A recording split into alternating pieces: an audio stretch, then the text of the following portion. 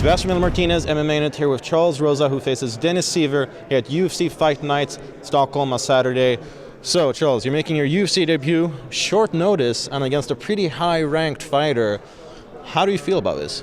I feel great. I think it's a perfect opportunity for me. I'm 9-0 now. I'm undefeated. I have all finishes, and I'm one of the top prospects, and I'm ready to go in there and shine.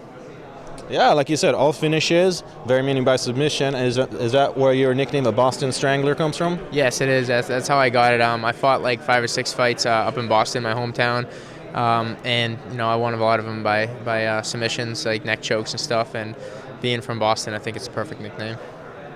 Now, a lot of people say that this is sort of a win-win situation for you. You're taking a fight on short notice, underdog against a known fighter.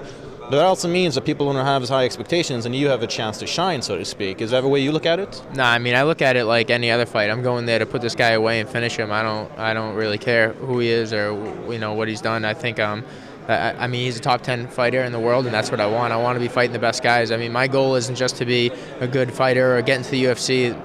My dream is to be the UFC champion, and that's what I plan on doing. And how exactly do you train for a short notice fight? There's not really much you can do. You just do everything you can do. You can't. I train the same all the time. My training camp isn't really much different when I know I have a fight or when I don't. I train 6 days a week, 2 times a day, and take Sundays off, and that's pretty much what I do. The only thing that changes is the diet, so that's pretty much the only thing that I was a little worried about is the weight cut and stuff like that on 4 days' notice taking a fight. But I'm gonna make it happen. I got professionals helping me, and it should work out perfect. And are you able to disclose where you're at weight-wise right now? Yeah, I think I'm on point. I woke up on point, so 160 pounds. So I just got 15 more pounds to go, which is normal. So I'm ready to go. All right. So Dennis Seaver, striker, obviously comes from kickboxing background, and there's tons of footage of him, tons of his fighter available.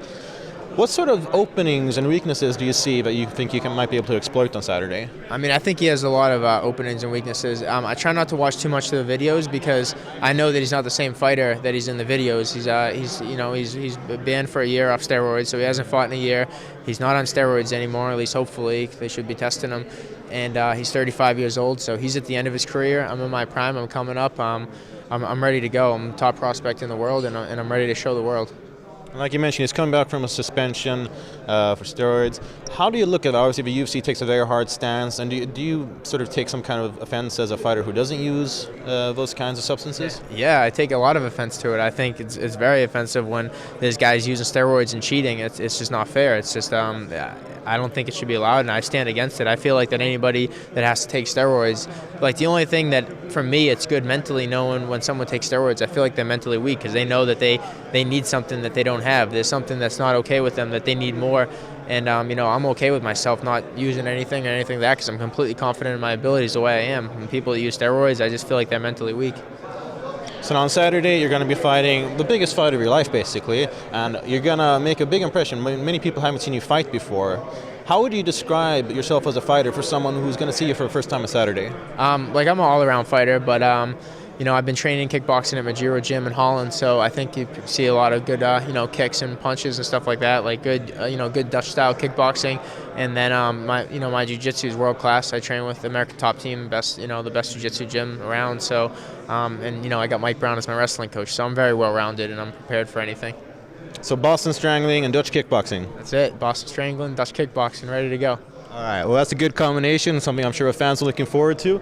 This is Sebastian Miller-Martinez, MMA Unit, here with Charles Rosa, faces Dennis Seaver at UFC Fight Night Stockholm on Saturday. Thank you very much and good luck.